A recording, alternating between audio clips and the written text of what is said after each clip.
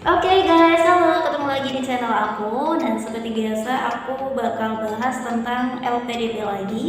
Dan berhubung kemarin baru aja pengumuman LPDP tahap 1 ya untuk seleksi administrasi, jadi aku ucapin dulu selamat buat teman-teman semuanya yang dinyatakan lolos ke tahap selanjutnya.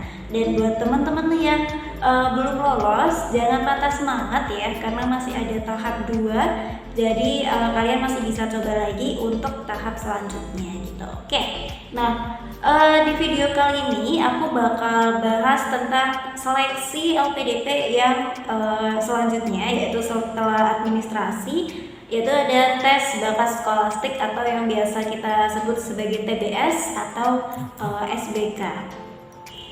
Sebelum nonton video ini, jangan lupa untuk like, komen, dan share ke teman-teman kalian agar lebih bermanfaat lagi. Oke, so let's get started.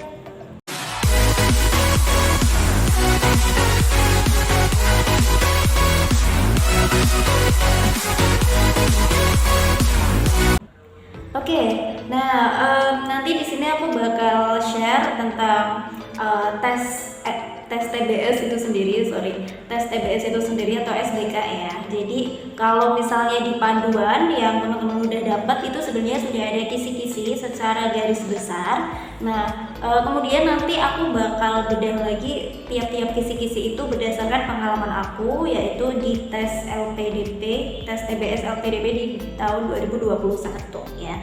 Jadi mungkin tidak bisa dijadikan 100% patokannya karena takutnya berbeda, tapi ini bisa jadi referensi kalian yang semoga nggak jauh beda dari tahun sebelumnya gitu ya.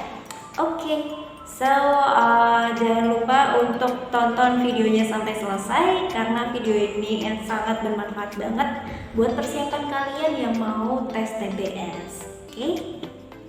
Oke, nah jadi langsung aja ya guys. Di sini aku langsung bahas poin-poin besarnya berdasarkan panduannya nih ya. Nah, jadi untuk tes TBS ini sendiri nantinya bakal dibagi menjadi 2 sebenarnya ya teman-teman. Jadi yang TBS ini kan untuk yang sesi pertamanya ya, istilahnya seperti itu. Kemudian setelah TBS ini selesai, nanti dilanjut lagi ada tes lagi teman-teman ya. Nah, ini yang menarik. Jadi tes yang kedua ini itu berbeda dengan tes waktu di 2021. Nah, waktu 2021 itu tesnya setelah TBS itu kebinekaan ya teman-teman ya. Jadi mungkin seperti soal-soal TWK waktu di CPNS, kurang lebih seperti itu. Cuman untuk yang sekarang itu sudah diganti ternyata teman-teman ya. Jadi sudah tidak ada tes kebinekaan. Itu berdasarkan panduan 2022 ini. Nah, sebagai gantinya itu diganti dengan tes SJT atau yang biasa kita kenal sebagai Situational Judgment Test gitu ya. Oke, aku bakal bahas satu persatu nih. Kita mulai dari TBS dulu. Nah, di TBS ini nanti dibagi menjadi 3 ya teman-teman ya. Dibagi menjadi 3 poin. Yang pertama itu adalah penalaran verbal. Nah, penalaran verbal yang terdiri dari 23 soal. Wah, lumayan ya teman-teman ya. Oke, ini penalaran verbal itu ya yang tidak hitung-hitungan ya teman-teman. Jadi mungkin kalian bisa perbanyak baca aja referensinya ya, karena ya mungkin ini bisa menjadi pendongkrak nilai bagi teman-teman yang misalnya hitung-hitungannya itu kurang gitu ya teman-teman. Kemudian yang kedua ini, nah ini penalaran kuantitatif teman-teman ya. Nih, dari namanya aja kuantitatif ya udah pasti ini hitungan. Nah, mungkin kalian bisa latihan-latihan ya teman-teman ya. Jadi ya itu kalau sekarang kalau nggak salah memang jarak antara seleksi administrasi dan ya TBS itu agak cepat ya teman-teman ya. Kalau aku dulu kebagiannya agak lama sih, jadi nggak terlalu terburu-buru juga gitu.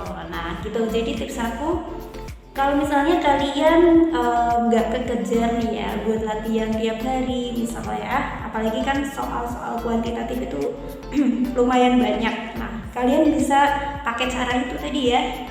Mungkin bisa langsung lihat pembahasannya dan diperhatikan bagaimana cara penyelesaiannya gitu. Itu kalau menurut aku lebih efektif sih gitu ya. Tapi kalau masih punya waktu lebih ya bolehlah dicoba ngitung sendiri juga, karena ya practice makes perfect gitu ya guys ya. Oke, nah untuk tes yang ketiga ini namanya adalah pemecahan masalah. Oke, nah untuk pemecahan masalah ini terdiri dari 12 soal dan ini lumayan bisa membantu juga karena tidak ada hitungan gitu teman-teman ya, sama kayak yang poin pertama tadi. Jadi mungkin kalau kalian pengen aman ngekeep nilainya di sini juga teman-teman ya. Jadi tanpa ngitung kita kan mungkin bisa save waktunya gitu ya, dan juga tidak terlalu pusing juga ya untuk mikirin satu nomor. Nah, terkadang di kendala di penalaran kuantitatif itu kita stuck di satu nomor yang kita tuh kepo sama jawabannya ya, kepo sama jawabannya dan lupa waktu, ternyata hitungnya udah lama misalnya seperti itu ya. Wah, itu kendala banget. Jadi hati-hati juga ya. Jadi untuk mengerjakan ini tuh harus menguasai juga time managementnya ya teman-teman.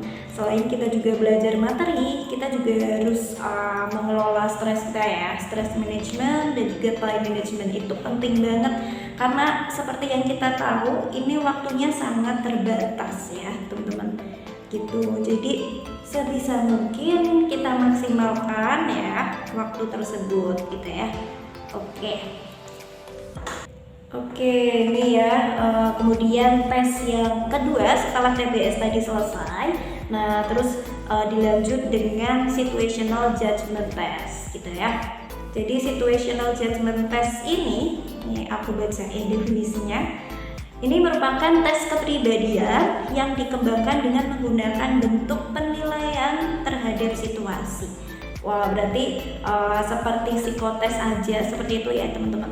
Nah, kalau pengalaman dari aku selain TBS ya, itu tidak dihitung benar salahnya teman-teman ya. Jadi kan waktu tahun aku di 2021 itu kebinekaan ini ternyata tidak dihitung skornya gitu. Jadi skor itu diakumulasikan dari tes TBS itu sendiri. Nah, untuk yang waktu itu yang kebinekaan itu hanya untuk pertimbangan bagi pihak LPDP sendiri gitu ya teman-teman, terhadap skor kita seperti itu. Nah mungkin di sini yang SJT itu juga sama. Kalau menurut aku ya teman-teman mungkin sama, karena kan secara bahasanya di sini situational judgment test ya. Jadi tes kepribadian pasti tidak ada benar dan salah.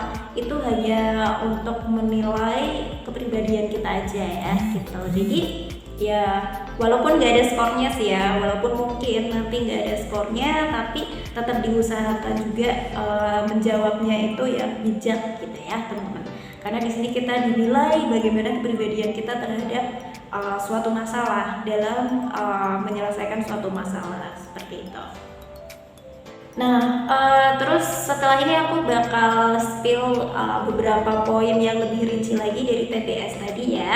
Semoga masih sama dengan tahun sebelumnya. Ya, jangan dijadikan patokan secara 100% teman-teman ya, tapi dijadikan referensi aja gitu. Oke, yang pertama ini kita ngomongin dulu ke tes yang penalaran verbal yang ada 23 soal tadi ya. Nah, ini untuk waktunya di sini 30 menit teman-teman. Jadi untuk poin-poinnya itu ada 3 poin ya. Poin yang pertama yaitu tentang analogi, kemudian poin yang kedua tentang logis, dan poin yang ketiga tentang analitis gitu ya. Jadi ya ini basicnya tentang logika juga teman-teman ya gitu. Nah, untuk analogi ini sendiri itu terdiri dari 8 soal ya. Ya, untuk kisaran nomornya itu nomor 1 sampai 8. Nah, ini aku bacain sesuai urutan nomornya juga teman-teman ya. Kemudian untuk logis itu ada 8 soal juga, berkisar dari nomor 9 sampai 16. Kemudian untuk analitis itu berkisar 7 soal, dari nomor 17 sampai 23 gitu ya. Kemudian yang kedua ini tentang penalaran kuantitatif teman-teman. Nah, ini yang perhitungan gitu ya, yang matematik. Oke, jadi ada 25 soal di mana total menitnya itu adalah 40 menit ya. Jadi ini terdiri dari 3 poin juga teman-teman. Nah, yang pertama itu deret bilangan ya. Mungkin ini di antara poin yang lainnya itu yang paling mudah teman-teman kalau menurut aku ya. Itu. Jadi oh ya sedikit share nih ya. Kan kalau misalnya kita belajar matematika itu ya, di antara beberapa poin itu deret ini memang yang paling gampang teman-teman ya.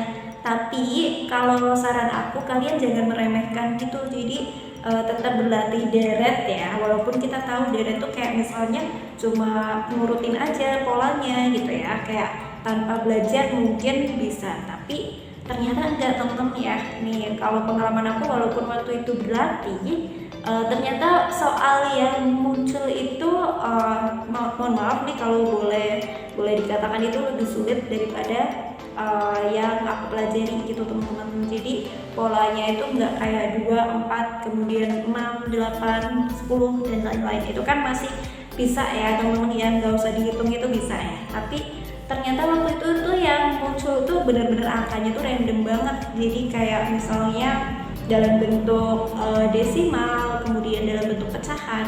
Kalau mungkin dalam bentuk desimal itu mungkin masih bisa dikira-kira ya teman-teman.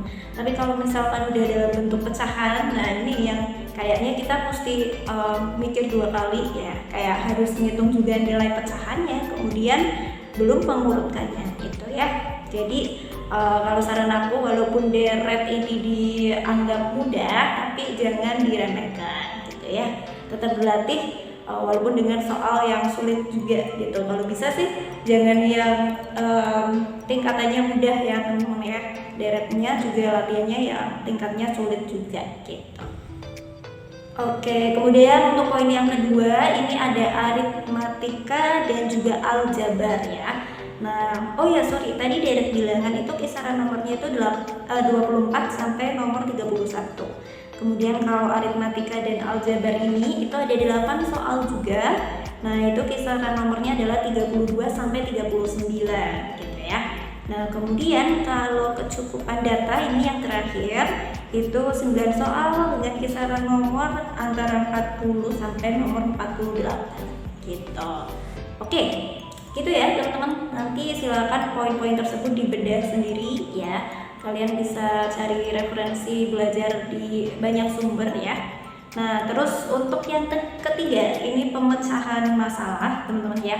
Kalau pemecahan masalah ini benar-benar kayak harus analisis banget teman-teman ya. Jadi harus dibaca teliti dan juga dianalisis ya terkait kemungkinan jawabannya seperti apa gitu. Ini nggak menghitung tapi takes time juga kalau menurut aku, karena kita harus stay fokus juga teman-teman ya, dan harus hati-hati gitu. Oke. Nah, untuk jumlah soalnya itu ada 12 soal dengan waktu 20 menit dan kisaran nomornya itu sekitar nomor 49 sampai nomor 60. Jadi di nomor-nomor akhir ya teman-teman. Oke, seperti itu. Nah, untuk sisanya ini yang tes SJT tadi, kalau itu karena aku belum mengalami, jadi mohon maaf aku nggak bisa share karena waktu di tahun aku nggak ada juga temennya. Cuman kalau jumlah soalnya ya berarti sama ya, sekitar 30-an dan waktunya itu 45 menit gitu. Oke teman-teman, mungkin itu dulu aja dari aku ya. Semoga bisa membantu. Next aku bakal bahas tentang sumber belajarnya ya. So jangan lupa untuk like, comment, dan share ke teman-teman kalian. Dan selamat berjuang. So see you next time. Bye bye.